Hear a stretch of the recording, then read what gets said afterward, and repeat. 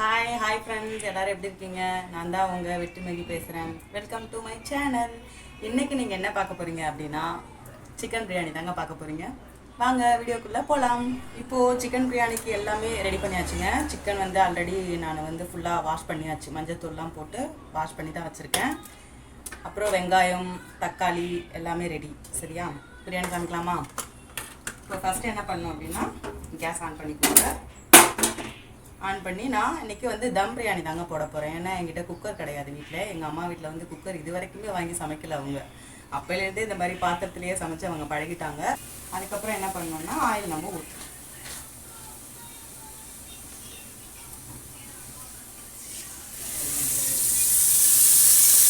Oil ஊற்றியாச்சு. சரியா? நான் குத்துமதிப்பாக தான் ஊற்றிருக்கேன். நீங்கள் ஊற்றும்போது ஒரு 3 ஸ்பூன் 4 ஸ்பூன் ஊற்றிக்கோங்க. சின்ன ஸ்பூன் சொல்கிறேன் நான். சரியா? ஆயில் இப்போ நல்லா ஊற்றியாச்சு. உங்களுக்கு இல்லை பாருங்கள், பட்டை, கிராம்பு, நட்சத்திரம், அந்த ஸ்டார்லாம் சொல்லுவோம், இது எல்லாமே, அப்புறம் சோம்பு, கொஞ்சம் கசகசா, இது எல்லாமே நான் இப்போ அப்ளை பண்ணிக்கிறேன். கொஞ்சம் பட்டை, நட்சத்திரம் போட்டாச்சு. அடுத்து பிரியாணிக்கு எல்லாருமே கருவேப்பிலை போடுவாங்கன்னு தெரியல, பட் நான் போடுவேன். ஓகேங்களா?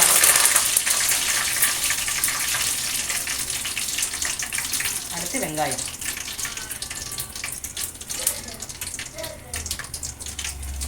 வெங்காயத்தை எப்பயுமே ஃபஸ்ட்டு போடுறதுக்கு முன்னாடி இந்த மாதிரி நைஸாக பிசைஞ்சுக்கோங்க. அப்போ உங்களுக்கு ஈஸியாக இருக்கும், சீக்கிரமே வந்து வெந்துடும். சரிங்களா? அது மாதிரி நல்லா பிசைஞ்சிட்டு அதுக்கப்புறம் பண்ணிங்கன்னா நல்லா பொன்னிறமாக வர்றதுல தானே இருக்குது பிரியாணியோட டேஸ்ட்டே. ஸோ இந்த மாதிரி பண்ணிங்கன்னா இன்னும் நல்லாயிருக்கும்.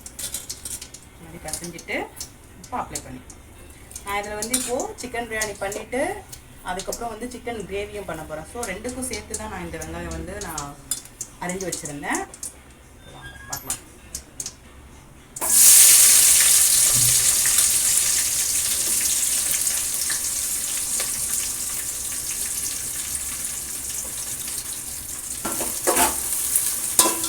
நல்லா பொன்னிறமாக இது நல்லா வதங்கணும். சரியா? அது வரைக்கும் நம்ம வந்து வெயிட் பண்ணணும் ஃப்ரெண்ட்ஸ். இப்போ இந்த வெங்காயம் சீக்கிரம் வந்து வேகணும் அப்படிங்கிறதுக்கு நம்ம லைட்டாக ஒரு பிஞ்ச் உப்பு போட்டுக்கலாம்.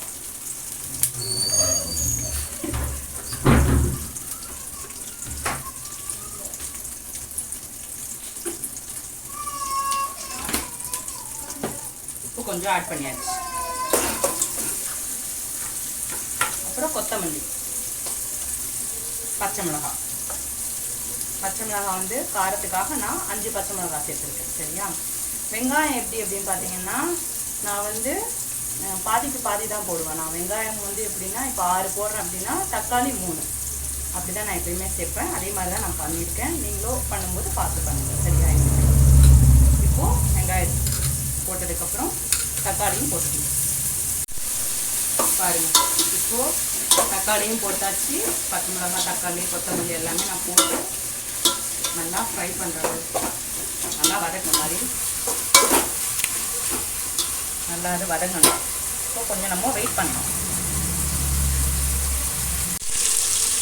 இப்போது இஞ்சி பூண்டு பேஸ்ட்டும் நான் அதில் வந்து ஆட் பண்ணிட்டேன். ஃபஸ்ட்டே ஆட் பண்ணணும். நான் வந்து அதுக்குள்ளே வெங்காய தக்காளி போட்டிருந்தேன். ஸோ அது நல்லா வந்து ஃப்ரை ஆகிட்டுருக்கு. இந்த சைட்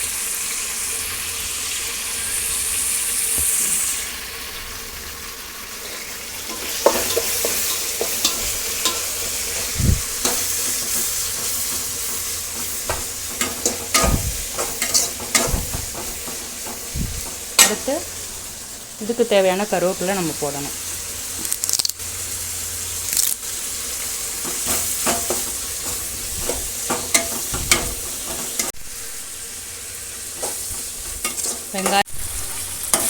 வெங்காயம், தக்காளி, கருவேப்பிலை, இஞ்சி பூண்டு பேஸ்ட் எல்லாமே வந்து நல்லா ஃப்ரை ஆகிட்டுருக்கு. இது நல்லா பொன்னிறமாக ஆகணும் சிக்கன் ஃப்ரைக்கு.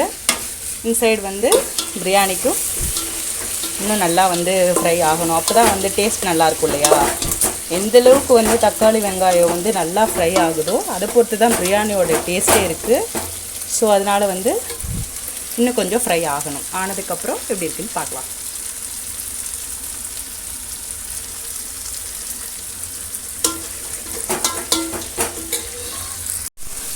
இப்போது நல்லா வெந்துருச்சு பாருங்கள், நல்லா ஃப்ரை ஆகிடுச்சு. இப்போ நம்ம சிக்கன் இதில் ஆட் பண்ண போகிறோம். நான் இன்றைக்கி எவ்வளோ சிக்கன் எடுத்து வச்சுருக்கேன் அப்படின்னா, நான் 1/2 கிலோ தான் போடுறேன். 1 கிலோ சிக்கன் வாங்கிட்டு வந்ததில் நான் வந்து 1/2 கிலோ வந்து ஃப்ரை பண்ணிவிட்டு 1/2 கிலோ வந்து நான் சிக்கனுக்கு பிரியாணிக்கு போடுறேன். இங்கே வந்து பிரியாணிக்கு பீஸ் மாதிரி கட் பண்ணி கேட்டதுக்கு அவங்க குழம்புல போடுற மாதிரி கொடுத்துட்டாங்க. பட் நோ ப்ராப்ளம், அதனால் ஒன்றும் கிடையாது. எப்படி செஞ்சாலும் பிரியாணி தானேங்க, கரெக்டாக.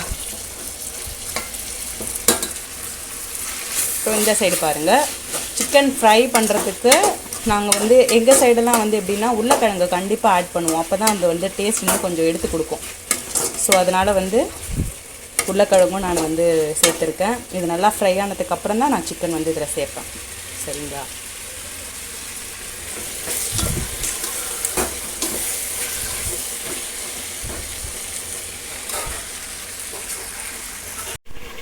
சிக்கன் ஓரளவு வெந்துட்டுருக்குங்க. ஒரு 5 மினிட்ஸ், எப்போயுமே சிக்கன் வந்து ஒரு 5 மினிட்ஸ் வெந்தால் போதும். அதுக்கு மேலே வெந்துச்சுன்னா லப்பர் மாதிரி ஆகிடும். ஸோ அந்த டேஸ்ட் வந்து நமக்கு கிடைக்காம போயிடும். அதனால் எப்பயுமே சிக்கன் வந்து வேகும்போது ஒரு 5 மினிட்ஸ் வெந்துச்சுனாலே போதும் பிரியாணியை பொறுத்த வரைக்கும். சரியா? இது நல்லா வெந்ததுக்கப்புறம் இதில் நம்ம தயிர் ஆட் பண்ணணும். இப்போ நான் தயிர் ஆட் பண்ண போகிறேன்.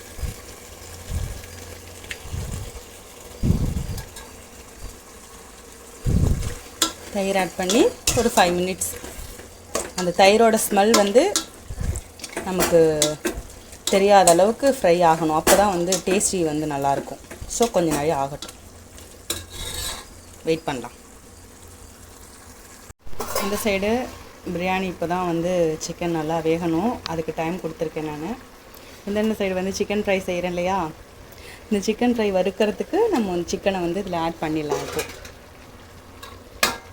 ஆட் பண்ணிவிட்டு இதுவும் கொஞ்சம் வேகிறதுக்கு டைம் எடுக்கும் இல்லையா, அந்த 5 மினிட்ஸ் வந்து சிக்கன் இதுலேயே நல்லா வேகணும். ஸோ அப்போ தான் நல்லாயிருக்கும்.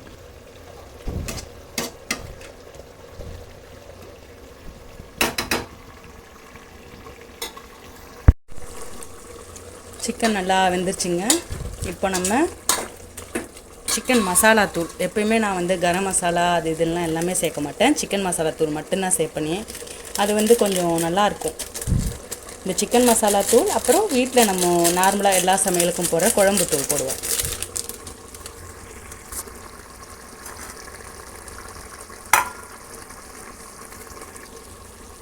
போட்டுட்டு குழம்பு தூள் போடணும். அவங்கவுங்களுக்கும் எந்த அளவுக்கு காரமாக வேணும்னு நினைக்கிறேன் நீங்கள் அதிகமாக போட்டுக்கலாம். ஓகே, எனக்கு மீடியமாக இருந்தாலே பரவாயில்லன்னு நினைக்கிறேன் நீங்கள் கம்மியாக போட்டுக்கலாம். அது உங்களோட விருப்பம்தான். நான் வந்து காரம் அதிகமாக சாப்பிட மாட்டேன். எங்கள் வீட்டில் இருக்கிறவங்களும் சரி, யாருமே அதிகம் காரம் வந்து சேர்த்துக்க மாட்டாங்க. ஸோ நான் காரம் வந்து கம்மியாக தான் இப்போ போட்டிருக்கேன். என்னடா அது இவ்வளோ போட்டுட்டு இதுவே கம்மின்னு சொல்கிறீங்களே நினைக்காதீங்க, இதுவே எங்களுக்கு கம்மி தான். ஸோ கொஞ்சம் நாள் ஆகட்டும். அந்த பச்சை வாசனை போகிற அளவுக்கு நம்ம அதை கொதிக்க விடுறதுக்கு டைம் கொடுக்கணும். இப்போது எண்ணெய்லாம் நல்லா பிரிஞ்சு வந்துருச்சு பாருங்கள். இந்த மாதிரி பிரிஞ்சு வர ஸ்டேஜில் நம்ம அரிசி வந்து ஆட் பண்ணிடலாம். இன்றைக்கி நான் வந்து என்ன பண்ணியிருக்கேன் அப்படின்னா, பிரியாணி செய்கிறதுக்கு பிரியாணி அரிசி எடுக்கலைங்க. நம்ம வீட்டில் ரேஷனில் கொடுக்குறாங்க இல்லையா, அந்த ரேஷன் அரிசி வச்சு தான் நான் இன்றைக்கி ட்ரை பண்ணுறேனே பிரியாணி. ஸோ நான் ரேஷன் அரிசி ஆல்ரெடி 2 டம்ளர் அரிசி ஊற வச்சு 2 டம்ளர் அரிசி நான் வந்து எடுத்து வச்சுருக்கேன். இதை நம்ம அதில் ஆல்ரெடி நான் ஊற வச்சுட்டேன். ஒரு 1 hour வந்து ஊறிடுச்சு. அப்படியே நம்ம வந்து இதை அப்ளை பண்ண வேண்டியதான். பாருங்க,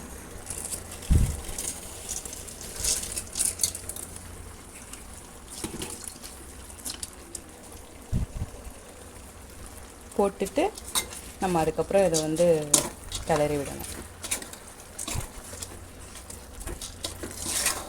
நான் ஒரு கையில் வந்து ஃபோன் பிடிச்சிட்டு ஒரு கையில் செய்கிறதுனால எனக்கு கொஞ்சம் அன்கம்ஃபர்டபுளாக இருக்குது. ஸோ பண்ணுறேன். நீங்கள் வந்து இப்போது நான் வந்து உங்களுக்கும் தெரியணும் நான் எப்படி செய்வேங்கிறத காமிக்கணுமேங்கிறதுக்காக தான் உங்களுக்கு இப்படி காமிக்கிறேன். ஸோ இதில் நம்ம இப்போ தண்ணி ஆட் பண்ணணும். இப்போ எப்படி வந்து இதுக்கு தண்ணி நம்ம ஆட் பண்ணணும் அப்படின்னா, நான் வந்து 2 டம்ளர் அரிசிக்கு கரெக்டாக 5 டம்ளர் தண்ணி ஊற்றுவேன். எல்லாருமே 4 டம்ளர் தான் ஊற்றுவாங்க. பட் நான் 5 டம்ளர் ஊற்றுவேன். ஊற்றுனா எனக்கு அது கரெக்டாக இருக்கும். இப்போ நான் 5 டம்ளர் தண்ணி வந்து இதில் ஆட் பண்ணிட்டேன். 5 டம்ளர் தண்ணி ஆட் பண்ணிவிட்டு எனக்கு தேவையான அளவு கல்லுப்பு நான் போட்டுக்கிட்டேன். சரிங்கிட்டு இதுக்கப்புறம் நம்ம இந்த சைடு சுடு தண்ணி வந்து நம்ம வைக்கணும். சுடு தண்ணி வச்சதுக்கப்புறம் நம்ம தம் போட்டுடலாம். இது கொஞ்சம் கொதிக்கிறதுக்கு, இது நார்மல் ஆகிறதுக்கு நம்ம கொஞ்சம் டைம் கொடுக்கணும்ல. ஸோ கொஞ்சம் வெயிட் பண்ணலாம், ஒரு 10 மினிட்ஸ் வெயிட் பண்ணலாம். ஆல்மோஸ்ட் தெரியுதுங்களா, இப்போ தான் கொதிச்சிட்ருக்கு. இன்னும் கொஞ்ச நாளையில் எப்படியோ ரெடி ஆகிடும். ஆல்மோஸ்ட் டைம் ஆகிடுச்சி. ஓப்பன் பண்ணி பார்க்கலாம். பாருங்கள் எவ்வளோ சூப்பராக இருக்குது பார்த்தீங்களா. சாப்பிட்டு பார்த்தா தான் தெரியும் இது எவ்வளோ சூப்பராக இருக்குது அப்படின்னு சொல்லிட்டு. பட் ஃபைனல் ஸ்டேஜ் நம்ம தண்ணியெலாம் தம் பிரியாணி மாதிரி நான் இந்த குண்டானில் தான் நான் தம் வச்சுருந்தேன் ஆல்ரெடி. அதை வச்சதுக்கப்புறம் தண்ணியெல்லாம் சுண்டி இந்த மாதிரி ஆயிடுச்சு. ஸோ எடுத்தால் இப்போ எப்படி இருக்குங்கிறது தெரியல, நான் சாப்பிட்டு பார்த்துட்டு சொல்கிறேன். ஓகேங்களா?